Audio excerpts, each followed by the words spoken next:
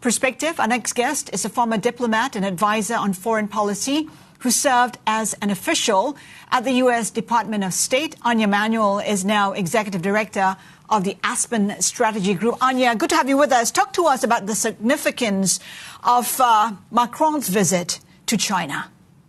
Yeah, nice to be with you, Haslinda. And this, I would say, Macron's visit to China is important, but it's also part of the diplomatic normal visits that you would have. I think 2.5 years ago, your reporter said it, Macron overstepped a little bit. He was a little too excited. He said some things about Taiwan that he shouldn't have. I think he'll be very careful this year. If you read French sources, the French are particularly trying to shore up some business deals in China. They want to roll back on tariffs on brandy. They want to have a détente of the kind of tit for tat trade war that was going on between Europe and China. And I think Macron is also going to deliver a pretty tough message on behalf of himself and other European leaders that China should play a helpful role in bringing the war between Ukraine and Russia to an end. That'll be a difficult thing to The question really is whether or not Macron can deliver hard words when he needs China in a big way. Yeah, this is the problem that you have all over Europe. The European economies are quite dependent on China. China accounts for nearly half of France's entire trade deficit. So they need to get that under control. They really want French companies to expand in China, the French economy not growing very fast. At the same time, that war between Russia and Ukraine looms very large, and they really want Chinese help. I think it's going to be very difficult to get it on that particular issue. Anja, we're getting new headlines now from Xi Jinping's speech that is ongoing live from Beijing. She's talking about China and France developing a more pragmatic cooperation, and that it should look at promoting a balanced development of trade ties. Balanced development of trade ties. Can there be a balanced development of trade ties, considering the fact that, you know, when you talk about those supply chains of critical minerals in particular, China dominates it, and France is looking for more from China? You're exactly right. I mean, there is a lot of diplomatic speak in these visits. I think this is typical of that kind of speech and agreement that will be signed. The difficulties is that, of course, China hasn't changed any of the things that make it difficult for Western countries to do business with it. The massive overcapacity, the fact that they're leveraging their stranglehold on critical minerals and other things, and the fact that when Europe, for example, protested against the subsidies to EVs, China immediately retaliated by probing brandy, pork, and dairy. So there's a lot of tit-for-tat fighting, and I think you can see this as a détente, not a whole new era in China-French relations. Of course, Taiwan is a key issue. It is front and center. China looking for support from France. In my conversation with the former Deputy Vice Minister of Foreign Affairs of Italy, this was what he had to say. We see what China is claiming on Taiwan. We recently have Taiwan opening a second office in Milan. We have very good ties, and although the diplomatic ties are not there, but the trade is going well, and so I don't see following a foreign country telling us where to stand. From the sound of that, Italy isn't likely to give that endorsement. What would France do? What would Macron do when it comes to Taiwan? I would guess that Macron will be very careful on any statements on Taiwan. The situation around Taiwan has only gotten more complicated and difficult since Macron was last in China 2.5 years ago. There are ever more incursions over the central line of the Taiwan Strait. Chinese mainland cyber attacks on Taiwan. And I think the Europeans have really woken up to this threat and have been quite thoughtful and careful on Taiwan. So I think Xi Jinping may want assurances, but I think he's unlikely to get them. How about on the issue of Ukraine? We heard from Taiwan's foreign minister calling China an enabler of that war in Ukraine. What stance might Macron adopt in his conversations with Xi Jinping? I do think it's right that China does enable Russia's outrageous aggression against Ukraine. They deliver a lot of dual-use items, a lot of chips, a lot of the things that allow the Russian war machine to continue come from China. So they are not being neutral in this conflict. On the other hand, China has been helpful in the limited sense that it has told Putin in no uncertain terms that he will not use nuclear weapons in this conflict. And you haven't heard much from the Russians about that saber rattling with nuclear weapons since then. I think Macron will try and make a run at saying something about Ukraine getting Chinese help, and I think he won't get very far.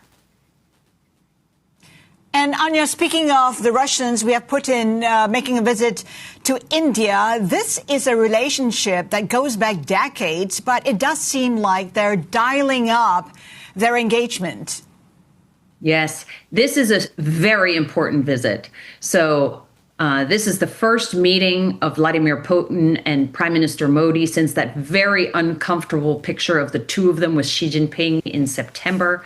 And it comes at a time when the U.S. and India, of course, have had this big blow up, partly over how much oil India is buying from the Russians. And behind the scenes, very quietly, India and the United States are trying to patch things up. So I think Washington is watching this visit by Putin very carefully.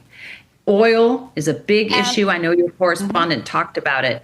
I can say a little bit more about that. That's right. Do talk about oil. I mean, it still accounts for about, 30% of India's purchases. It does. Before the war, Russian oil was really a rounding error in India's energy mix. And then after the sanction, India became Russia's second largest customer. I think at some point it became nearly 40% of all of India's imports. Now, China's imports of Russian oil are even bigger. The Trump administration has said this is a non-starter, this is a red line, and you have seen some of the big Indian importers, such as Adani and Reliance, ratcheting back their purchases from Russia, which I think is a very positive thing. As much as we talk about how both sides are trying to engage with each other even more, there are challenges given the fact that India is engaging with the U.S. in a deeper fashion as well. Yes, exactly. So India has a long-standing relationship with Russia and with the Soviet Union. I think your correspondent said that a big part of India's military kit comes from Russia. Now, the new kit they're buying tends to be more from Europe and the United States and less from Russia. That's a positive thing. Of course, India is a key part of the Quad, the United States, Australia, Japan, and India doing more and more military exercises together. And it's important to note that even in the middle of this blow up between India and the U.S., quietly, the two countries, the U.S. and India, signed another defense agreement recently. So I think their relationship with Russia is important, but ultimately India is becoming closer and closer to the United States and the Western orbit. Does that mean that in the coming years, we might just see India pulling away even more from Russia? I think a little bit, and you'll see it quietly and subtly. The Indians are very good negotiators, excellent diplomats. They definitely want to keep positive relations with both. But ultimately, India is worried about the threat from China in the same way that the United States is worried about it. They have to. China is the big behemoth power in the region. Russia is a declining power. So ultimately, what helps India is to be on the side with other people who are balancing out China. Anja, as we speak, we're seeing continued headlines from Macron, who's on a visit to China. He says that France and China should cooperate more on Ukraine, and that strikes against Ukraine's critical infrastructure should stop. I mean, these are expected words. How might China respond to them? my guess would be positively and in a non-committal way. I don't think there's any chance that Xi Jinping is going to really move onto the side of the West. I think it helps China that the West is caught up in this war between Russia and Ukraine. It's keeping Western capitals very busy. Of course, there's a lot of military aid going from Western capitals to Ukraine. I think Xi Jinping is in a pretty good spot. So he'll listen politely to Macron, but my guess is he won't do very much. In the end, Anja, when it comes to Ukraine, is the EU on its own? No, I don't think so. There's been a flurry of diplomacy. I think a lot of people in the Trump administration just want the fighting to end.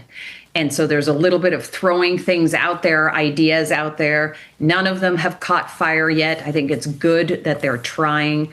There's a lot of worry, as you know, in European capitals and with a lot of people in the United States that this initial peace plan proposed was very heavily favoring Russia. I think we backed off from that. But Europe is not alone. The United States has given substantial aid. More military material is flowing. Now, mostly that's what the Europeans are buying and then giving to the Ukrainians. But the U.S. is less in the fight than it was in the past, but still in the fight. Anja, great stuff. Thank you so much for your insights. Anja Manuel, Executive Director at Aspen Strategy Group. Plenty more ahead. This is Bloomberg.